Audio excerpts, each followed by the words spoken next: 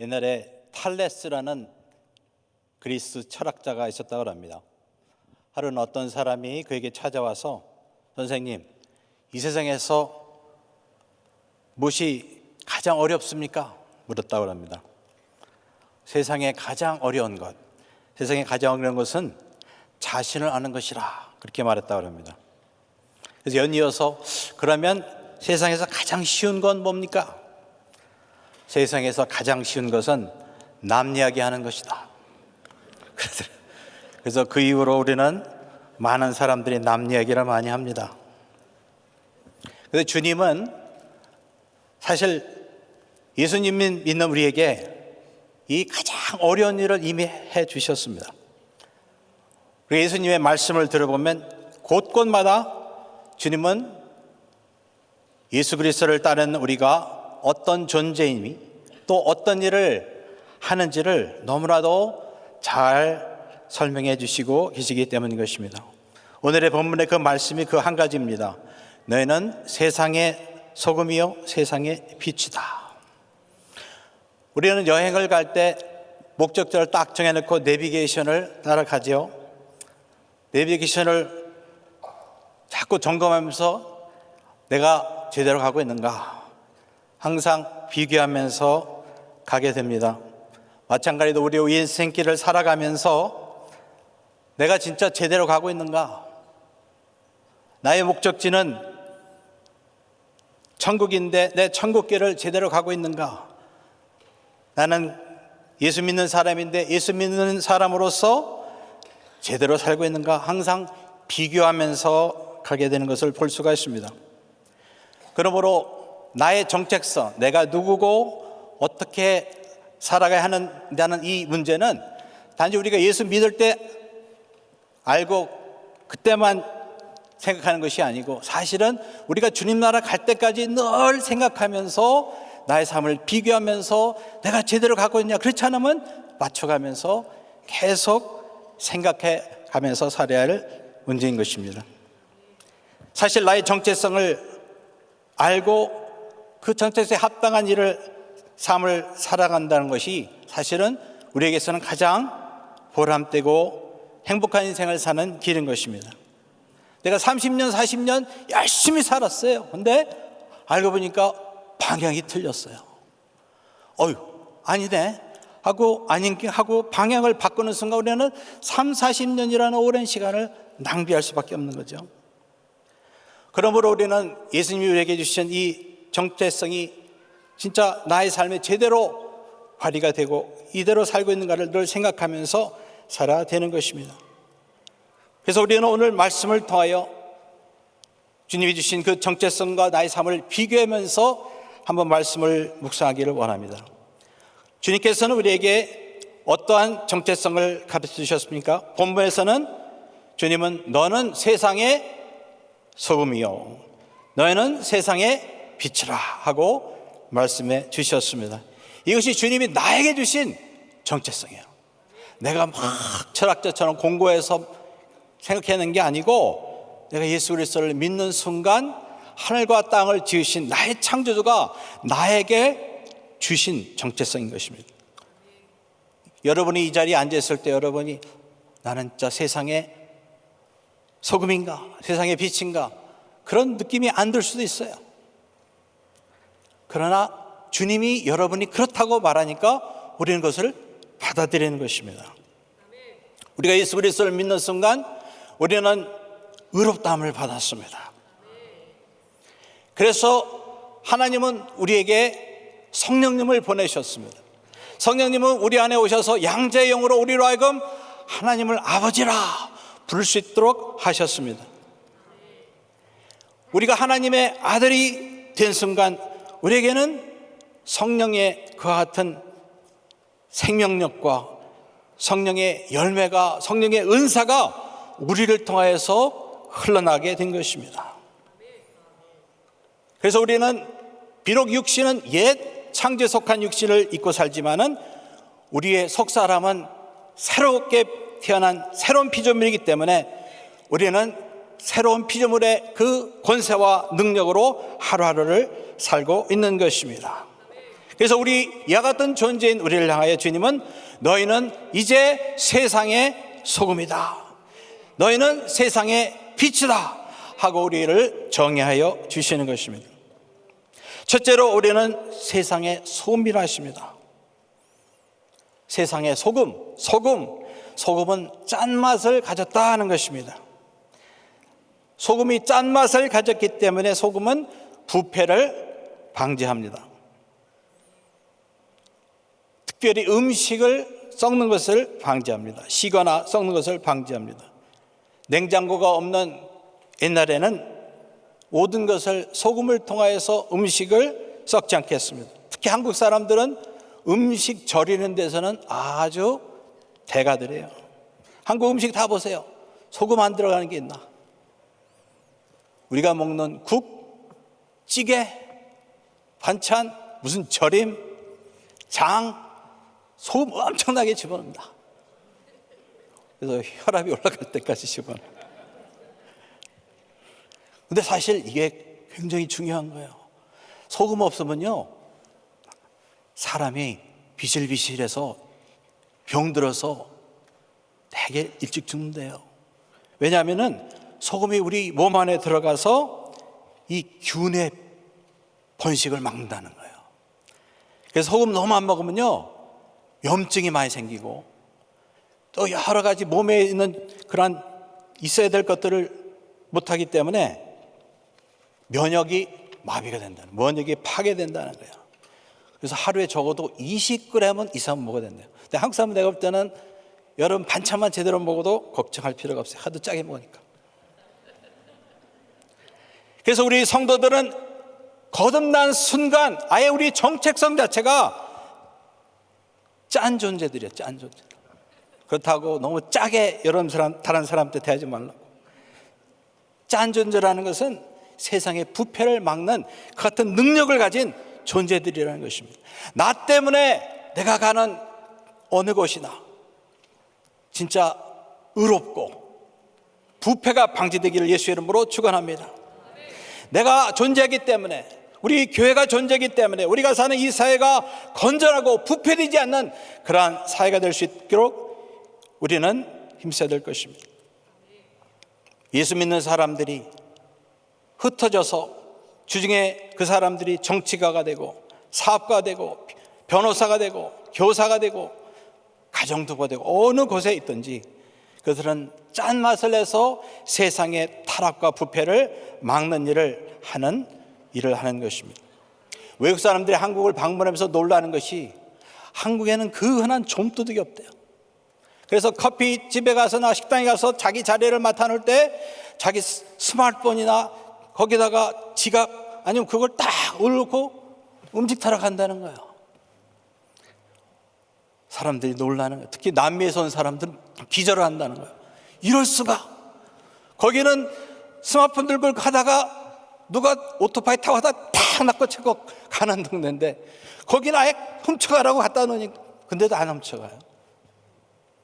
또 어떤 데는 매점인데 지키는 사람도 없어. 양심대로 음식값 내고 가라는 거예요. 거기는 진짜 기절을 할 거예요. 네? 이제 정치관만 회개하면 될 것 같습니다. 법관들도, 변호사도, 사업가도 회개하면 우리나라는 진짜 세계 넘버원이 될 줄 믿습니다. 1926년에 한국의 유일한이라는 분이 미국에 유학해서 미국 교육 다 마치고 한국에 와서 유한양양이라는 제약회사를 세웠습니다. 1926년. 근데 이분은 그 사업을 시작하면서 그 사업의 그 목적을 뭐라고 했냐? 우리는 힘을 다하여 가장 좋은 상품, 다시 말해서 의약품을 만들어서 국가와 동포들에게 도움을 주자. 돈 벌려고 한 게 아니에요. 물론 기업에 돈 버는 건 당연한 거죠. 근데 주목적인 것에 있는 게 아니었습니다.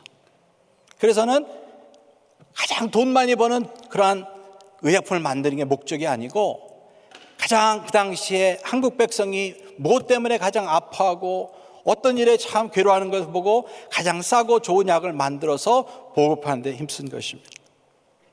뿐만 아니라 이는 자기 일하는 그 사람들한테도 관심이 있어서 1936년에는 자기의 가진 주식 52%를 사원들한테 그냥 나눠줬대요. 우리는 전 사원들이 주주가 돼야 된다 해서는. 또 이분은 세금을 너무 잘 내갖고는 나라에서 표창장을 받았답니다.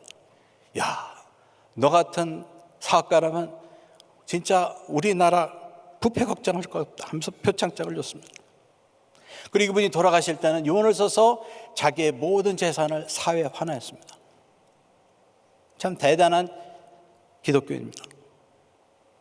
또 짠 것은 부패를 방지할 뿐더러 음식의 맛을 냅니다.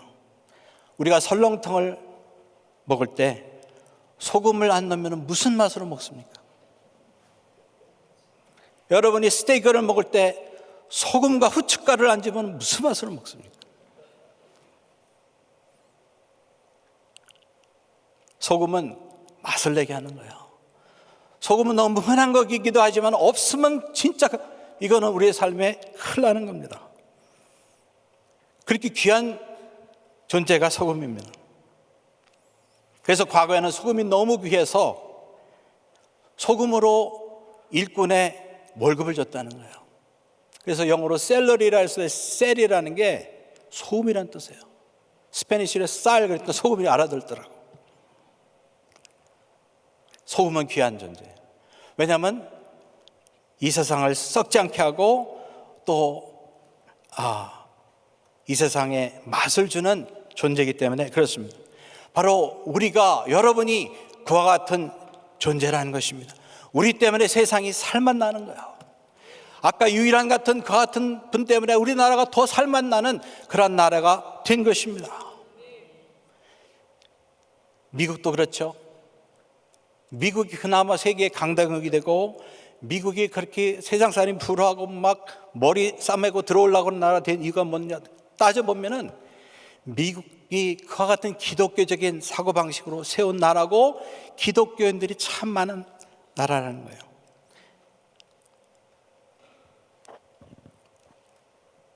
그래서 소금은 귀한 존재이기 때문에 소금의 어원을 살펴보니까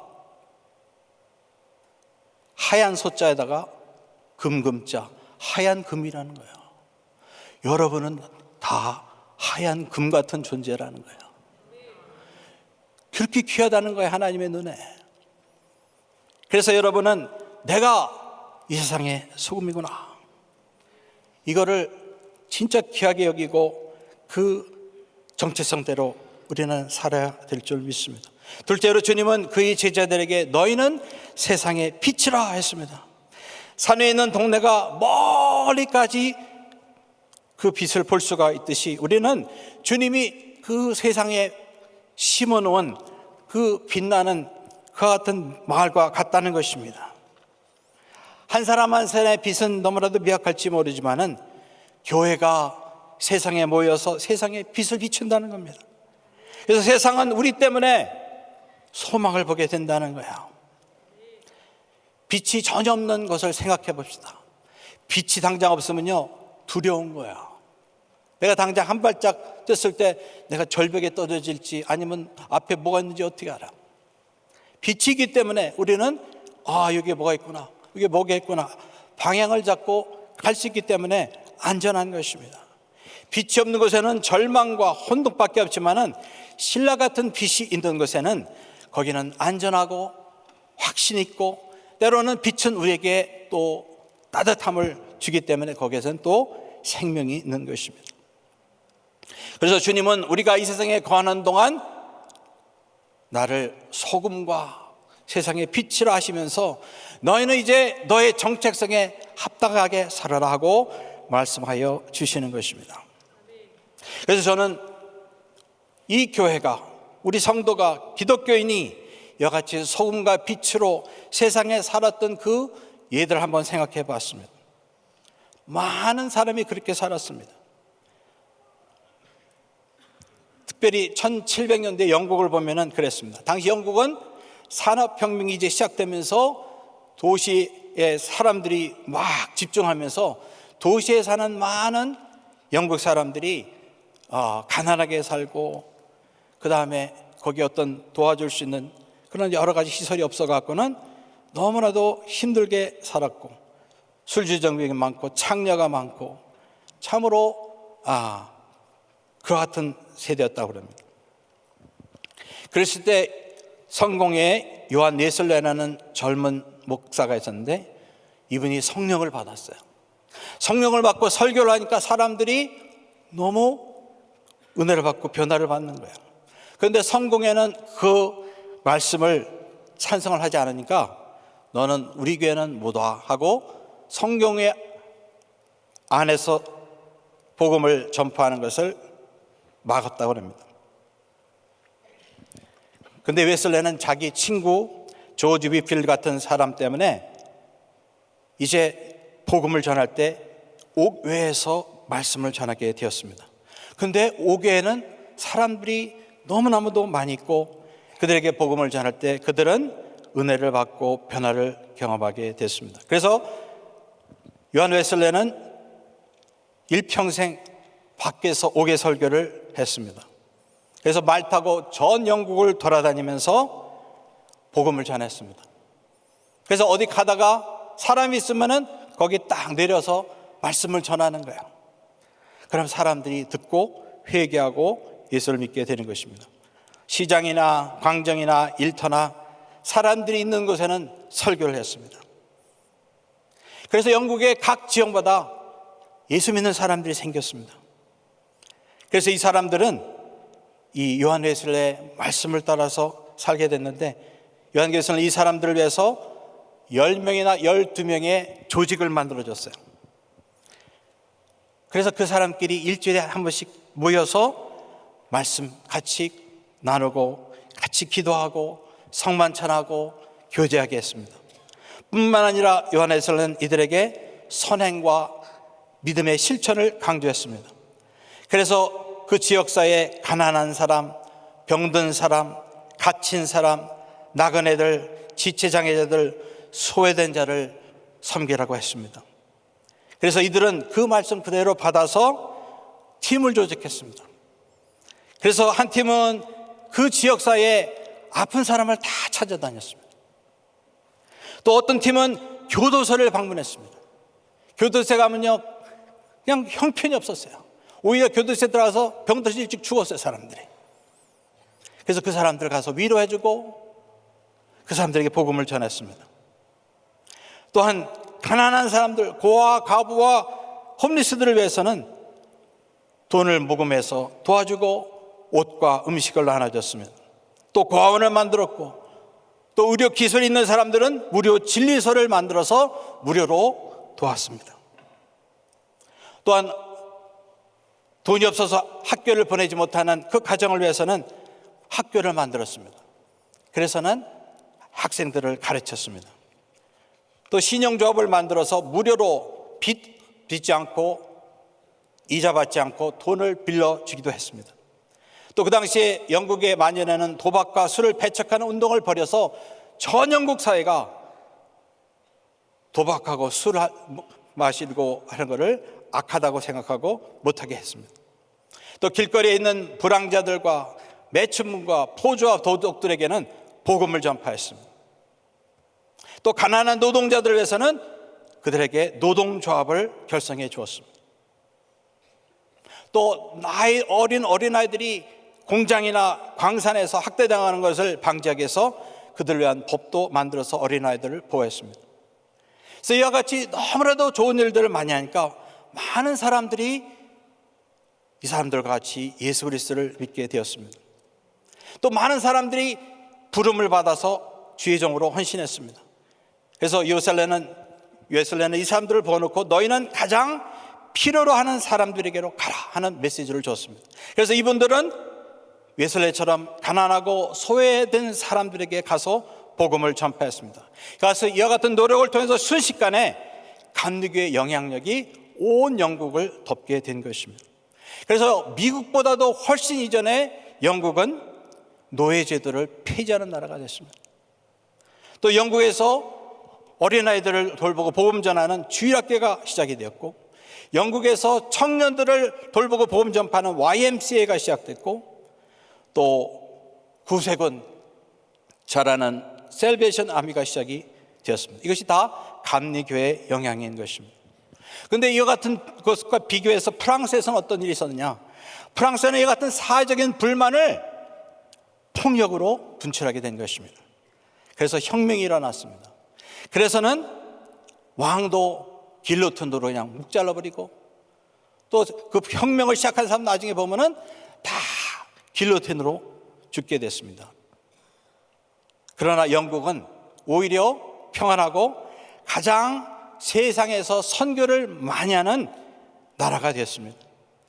그리고 산업혁명의 능력으로 말미암아 당시에 영국은 1800년, 1900년 초까지는 세계 가장 강력한 강대국이 되었던 것입니다. 주님께서는 여기 앉은 여러분을 다 이와 같은 목적을 위해서 미국으로 보내신 줄 믿습니다. 주님이 부르신 거예요. 저도 이 생각을 안 하다가 언제 한번 어떤 분이 나를 위해서 예언해 주는데, 내가 너를 미국으로 불렀다 그러시더라고요. 나 이민 왔는데. 주님은 불렀대요. 아버지 어머니 따라서 이민 온 줄 알았는데 주님이 부르셨다는 거예요. 가만히 생각해보니까 주님의 입장에서는 그 말이 맞더라고요. 여러분이 이 자리에 오게 된 거, 은혜교에 오게 된 거, 이 자리에서 예배된 것은 여러분이 온 게 아니에요. 주님이 부르신 줄 믿습니다. 주님 이 자리에 부르신 목적이 여러 가지겠지만은 여러분을 소금과 빛으로 부르신 줄 믿습니다. 우리는 이 사실을 자각해야 되는 거예요. 소금은 소금의 사명이 있습니다. 빛은 빛의 사명이 있습니다. 이 사명을 깨닫고 사명대로 사는 것이야말로 가장 보람되고 후회 없는 인생이 되는 줄 믿습니다. 특별히 지난 43년 동안 주님은 우리 교회를 빛과 세상의 소금으로 써주셨습니다. 너무 감사합니다. 세계 선교를 위하여, 또 미국과 한국과 우리 주변 사회를 위하여 주님은 사용하여 주셨습니다. 마치 주님께서 감리교회를 사용하셔서 영국을 구원하신 것처럼 주님께서는 은혜교회를 사용하여 주신 줄 믿습니다. 지금도 사용하고 계신 거예요. 얼마 전에 케냐 신학교 한번 갔는데 거기 갔더니 그 당시 살아계신 박원구 목사님이 그러시더라고요. 거기에 고등학생까지 이렇게 다닐 수 있는 학교가 있는데 그 건물을 우리 교회 있는 어느 성도가 돈 내서 줬다는 거예요. 잘 모른다는 거, 사람들. 그래서 그 교회는 교회가 아니라 학교에는 수백 명의 어린아이들이 와서 기독교 교육을 받고 있는 거예요. 또 우리 은혜교회 딴게 가신 같은데 그분은 그 지역사회에 이 흙으로 만든 벽으로 만든 그 교회를 벌써 수십 개 줬대요. 하나 지는데 큰 돈 안 되니까 아마 그렇게 하시는데, 근데 100개가 목적이라는 거예요. 그러니까 여러분이 모르는 사이에도 많은 분들이 이와 같이 은혜교회 성도님들이 빛과 소금으로 여러 곳에서 세상에 맛을 내고 있고 또 세상에 빛을 비치고 있는 것을 보았습니다. 제가 볼 때는 여기 앉은 여러분들도 다 그 같은 삶을 살고 계신 줄 믿습니다. 제 주변에만 해도 자비량으로 돈을 모아서 매주 홈리스 사역하는 분들이 있어요. 한 달에 1,000불 든대. 근데 다 돈을 모아서 그 한다는 거예요. 또 어떤 분들은 다른 교회 분들하고 힘을 합쳐서 남미 사람들을 위한 티들을 하는 분이 있어요. 그것도 자비량으로 하는 거예요. 또 도와주는 사람 없어요. 그래서 그것을 통해서 벌써 10여 년 이상 많은 남미 사람들이 은혜를 받고 있습니다. 물론 우리는 많은 선교사들이 나가서 또 단기 선교사님들이 나가서 사역하고 있습니다. 또 교회 안에서 여러 가지 직분과 임무를 맡아서 사역하고 있습니다. 이 모든 것들이 바로 여러분께서 이 땅에 주님께서 보낸 그 이유를 이루고 있는 그와 같은 소금과 빛의 삶이 되는 줄 믿습니다. 그래서 우리는 나름대로 주님이 나에게 주시는 은사가 있고 인도하시는 인도가 있어요. 그대로 주님이 부르신 대로, 주님이 주신 능력과 은사대로 내가 있는 곳에서 빛과 소금으로 살아갈 때 우리는 주님께 영광이 되고 가장 기쁜 인생이 되는 줄 믿습니다. 두 번째로 우리는 이와 같은 소금과 빛의 삶을 살려면 우리는 결단을 해야 되는 거예요. 첫 번째로 소금이 되려면 소금은 짠맛을 유지할 수 있는 결단을 해야 되는 것입니다. 13절에 보면 소금이 너희는 세상의 소금이니 소금이 만일 그 맛을 잃으면 무엇으로 짜게 하리요? 후에는 아무 쓸데없어 다만 밖에 버리어 사람에게 밟힐 뿐이냐. 고대 사회에서의 소금은 어떤 거는 좋은 소금도 있지만은 그 소금 안에는 또 많은 불순물들이 있었습니다. 그래서 어떤 상인은 이와 같은 것을 파는 거예요. 벌써 사고 떠났으니까 이게 불량품 갖고 이제 어떻게 해요? 먹으면 안 되잖아. 쓰잖아요. 오히려 버릴 수밖에 없어요. 그래서 땅에 버리면은 사람들이 그것을 밟게 된다는 것입니다. 소금이 짠맛을 잃는다는 것은 성도가 아니면 교회가 거룩함과 성령의 생명력과 능력을 잃는 것을 말합니다. 마치 삼손이 머리카락을 자르니까 성령이 떠난 것과 같은 일이 생기게 된다는 것입니다. 겉은 교회인데, 겉은 예수 믿는 사람인데 예수 그리스도를 믿는 경건의 능력이 사라졌어요. 그래서 우리 예수 믿는 사람들은 이 경건의 능력, 마치 삼손이 자기 머리 자르지 않도록 지키는 것처럼 거룩함을 지켜야 되는 줄 믿습니다. 우리가 거룩함을 잃어버리는 순간 우리는 마치 끈 연처럼 떨어지고 마는 거예요. 교회 구실을 못하게 되는 것입니다. 성도의 구실을 못하게 되는 것입니다. 그와 같은 괴로운 삶이 없습니다. 로마 시대 1300년 동안에는 교회는 많은 핍박을 당했습니다. 그 당시에는 교회 건물도 없었고 사람들은 특별한 성경책도 많이 없었고 가난했어요. 그렇지만은 교회는 급속히 성장했습니다. 또 복음이 전파되는 곳마다 많은 기적이 나타났고 교회가 어느 곳마다 사회의 칭송을 받았습니다. 왜냐하면 교회가 세워지는 곳마다 가난하고 병들고 이 세상에 버려진 자들이 도움을 받는 일들이 생기니까 사람들이 그것을 보게 된 것입니다. 그런데 로마의 콘스탄틴 황제가 나중에 기독교 핍박을 중단시켰습니다. 뿐만 아니라 392년에 테오도시오스라는 황제는 아예 기독교를 로마의 유일한 종교로 만들자, 국교로 만들어 버렸어요. 나머지 종교는 불법, 그렇게 된 거예요. 핍박이 들어가게 된 거예요. 근데 이게 얼마나 큰 실수인지 모릅니다. 잘못인지 모릅니다. 왜냐하면 이제 다른 종교 믿는 사람들이 다 기독교로 개종하는데 다 거짓 개종을 한 거예요. 그래서 다 거짓으로 성도가 되고 세례를 받으니까 교회는 갑자기 가짜 신조, 가짜 목사가 넘치게 된 것입니다. 겉으로는 교회가 엄청나게 숫자가 많아지고 겉으로는 교회가 엄청나게 큰 건물도 갖게 됐습니다. 그러나 속으로는 타락이 시작이 된 것입니다. 본질을 잃어버리게 된 것입니다. 그래서 이것이 교회에게는 재앙이 되었습니다. 바다에 나가게 된 바다는 짭니다. 누가 그러는데 바다에는 3.5%의 소금이 녹아있다는 거예요. 그 때문에 바다가 썩지 않는다는 것입니다. 이것을 비유로 보게 되면 이 미국 사회에 100명이 있다면 그 100명 중에 3.5명이라는 게 좀 이상하죠. 4명만 있으면 이 세계가 썩지 않는다는 거예요. 그러므로 우리는 짠맛을 유지하기 위해서 늘 나의 삶을 돌이키고 회개하고 세상에 그 세속화되지 않도록 싸우고 금식하고 기도하고 주님 앞에 바로 서야 되는 줄 믿습니다.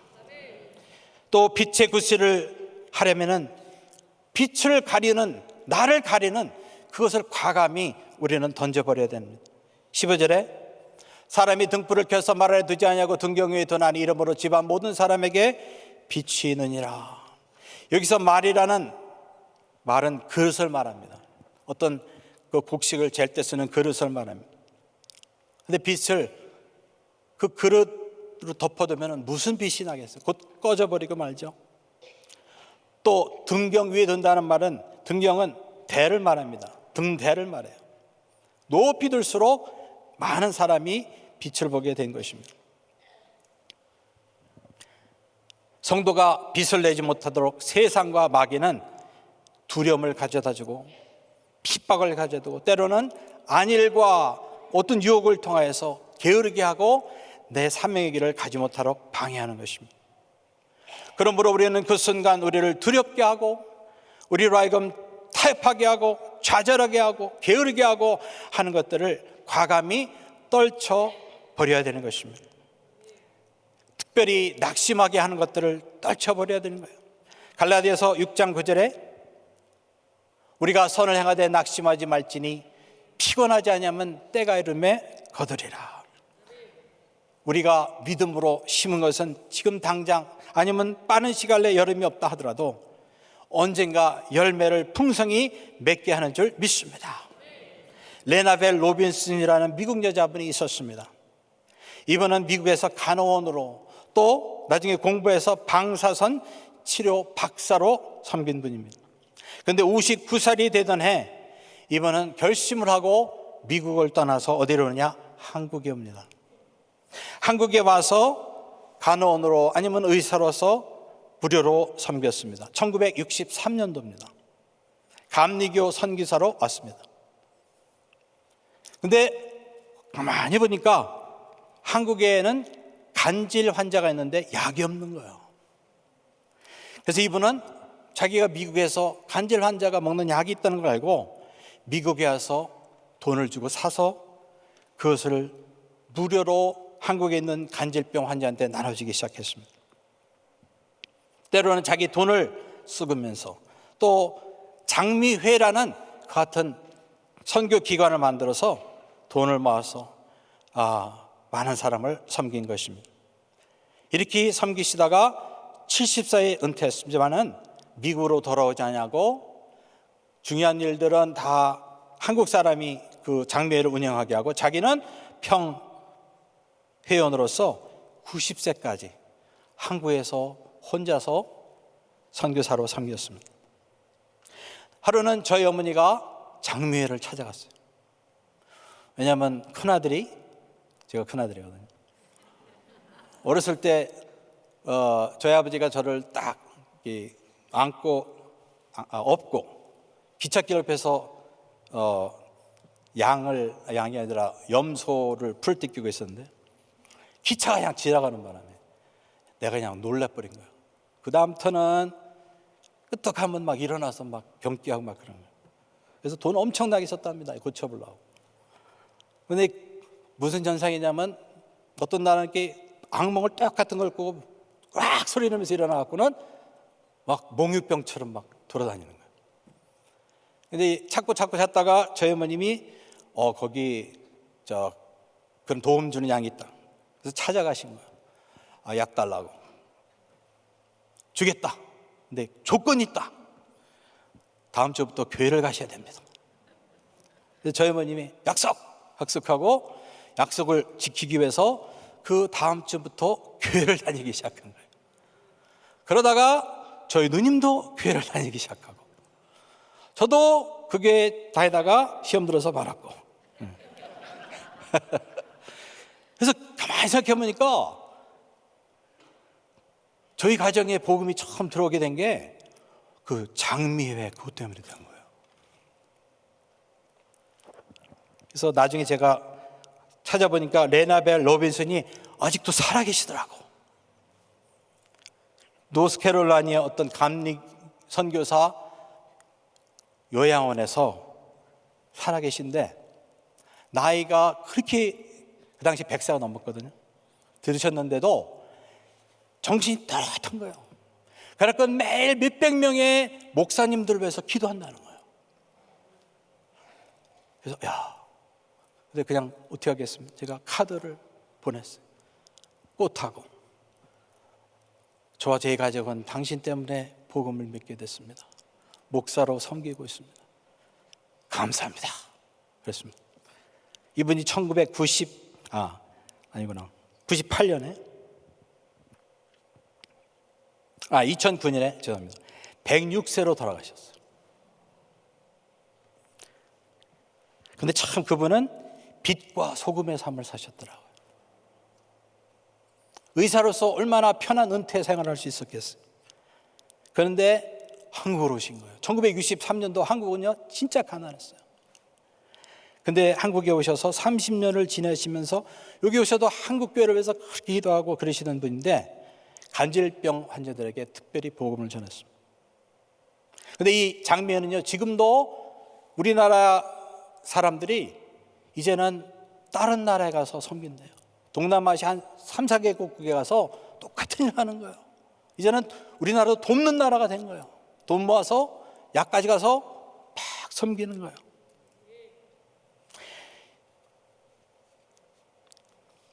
여러분, 빛과 소금이 되려면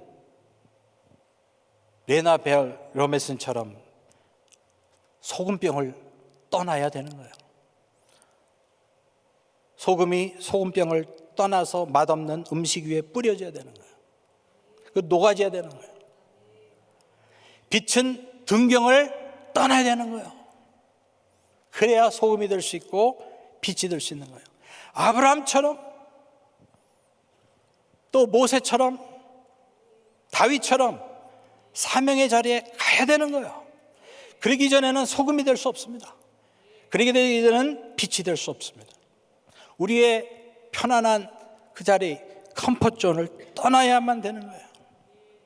어떤 때는 내가 안 떠나도 내 돈이 떠나야 되는 거예요. 제가 옆에는 아는 어떤 분은 가정교회 목자인데 자기 부인에 대해서 이렇게 말하는 거예요. 자기 부인은 미장원에서 일하는 분이래요. 근데 한 달에 2번 가정교회를 하는데 이 2번 가정교회를 해서 항상 그로서리 마켓을 가갖고는 한 번에 500불씩 쓴다는 거예요. 몇 년 전이니까 인플레이션이니까 요새는 더 많이 쓰는지는 몰라. 내가 그 소리를 듣고 충격을 받지 않겠습니까? 그래서 이분의 가정교회는 너무 잘 돼. 사람들이 오면은 집에를 안 간대. 항상 우리 가정교회 오세요. 항상 이 가정교회 온 사람은 떠나질 않아. 그렇다고 여러분 다 천불서란 소리는 아닙니다. 그러니까 이분은요 선교지는 못 가도 여기서 선교하고 있는 거예요. 억지로 하겠습니까? 기뻐서 하고 믿음으로 하는 거예요. 농부가 씨를 뿌릴 때 아깝죠? 이 씨 밥으로 먹을 수 있는데 아깝잖아요. 또 이게 씨를 뿌린다고 다 된다는 보장도 없잖아요. 그러나 믿음이 있기 때문에 뿌리는 거예요. 이 씨를 뿌리면 거둔다. 100배, 60배 수확한다.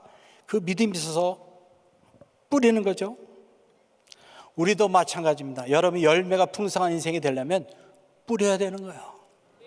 뿌리지 않고 거들나가는 것은 도둑놈 심보입니다. 우리 교회도 40여 년 동안 심었어요. 얼마나 많이 심었는지 몰라. 물론 어떤 것들은 돌짝가에 같이 심은 것이 낭비처럼 보이는 것도 있었어요, 솔직히. 그러나 그 심은 지난 40여 년 동안에 그 심은 모든 재정이나 희생이나 노력이나 모든 인원이나 모든 그런 노릇이 우리는 지금 눈앞에서 많은 열매로 맺어진 것을 목격하고 있는 것입니다. 그러므로 우리는 나의 인생에 있어서 내가 소금과 빛이니까 할 일이 있습니다. 우리는 요한 웨슬레가 말한 것처럼 우리가 필요한 곳에 가서 뿌려지고 녹아져야 되는 줄 믿습니다. 두려움의 방해, 세상의 안일과 유혹의 방해, 인습과 전통의 방해가 있을 수 있어요. 낙심이 될 수도 있습니다. 그러나 그곳에 가야만 되는 거예요. 그래서 거기서 뿌려질 때, 거기서 비칠 때 빛이 되고 소금이 되는 것입니다. 마지막으로 우리는 주님께만 영광을 돌려야 되겠습니다. 16절, 이같이 너희 빛을 사람에게 비치게 하여 저희로 너희 착한 행실을 보고 하늘에 계신 너희 아버지께 영광을 돌리게 하라. 우리가 열매를 맺기 시작하면 늘 조심해야 될 것도 있는데, 첫째는 누가 영광을 받느냐 하는 겁니다. 내가 나를 위하고 나의 영광을 위함이라면 기쁨이 없습니다. 오직 주님만이 영광을 받을 때 나의 심령에는 참 기쁨이 있는 거예요. 그래서 주님이 영광을 받으시는 사역을 할 때 주님이 힘을 주시는 거예요. 주님이 필요한 걸 채워주시는 거예요. 주님이 동역자를 보내주시고 주님께서 도와주시는 거예요. 왠지 주님께 영광이 되니까. 또 두 번째는 누가 이 사역의 주체라는 거예요. 내가 주체가 돼서 내 지혜, 내 자원, 내 능력, 내 선함으로 행하는지, 아니면 주님이 행하시고 나는 순종하여 가는지, 이게 중요한 거라는 거예요. 마태복음 11장 28절 봅시다. 수고하고 무거운 짐지들아 다 내게로 와 내가 너희를 쉬게 하리라. 나는 마음이 오냐고 겸손히 나의 멍에를 매겨 내게 배우라. 그러면 너희 마음이 쉼을 얻으리니 이는 내 멍에는 쉽고 내 짐은 가벼움이니라. 주님과 나는 같은 멍에를 메고 이제 밭을 갚는 존재가 됐습니다. 그런데 주님이 워낙 힘이 많으시고 등치가 있으신 분이니까 나는 옆에서 그냥 그 멍에만 들고 가는데도 일은 다 되는 거예요. 여러분이 여러분의 능력과 지혜로 하는 줄 아십니까? 주님이 행하시는 줄 믿습니다. 조지 밀러는 50년 이상 한 번에 수천 명씩 고아들을 수십 년 먹이고 입혔는데 주님이 주셔서 다 했어요. 우리가 빛을 우리가 만듭니까? 빛 대신 하나님께 빛을 받아서 우리는 달처럼 반사하는 일을 하는 거예요. 나를 짜게 만드는 그 부패를 방지하는 능력이 주님께로 내게 오는 거고 나는 그걸 흘려보내기만 하면 되는 것입니다. 그렇습니다. 주님은 이 소금과 빛의 비유를 통해서 다시 한번 내가 누구냐, 그리고 나는 어떻게 살아야 되느냐 가르쳐주고 계신 것입니다. 그렇습니다. 그리고 우리는 이 맛없는 세상의 소금이에요. 또 부패한 이 세상의 소금입니다. 어두운 이 세상의 빛입니다. 이건 내가 원해서 된 게 아니고 주님이 그것을 원하셔서 여러분을 그렇게 만드셨고 이 자리에 이 나라에 부르신 줄 믿습니다. 여러분의 환경에 심으신 줄 믿습니다. 이것을 깨달아야 돼요. 그리고 그 깨달은 대로 나의 정체성과 나의 사명에 맞게 따라감으로 말미암아 여러분을 통하여 하나님만 영광 받으시기를 예수 이름으로 축원합니다.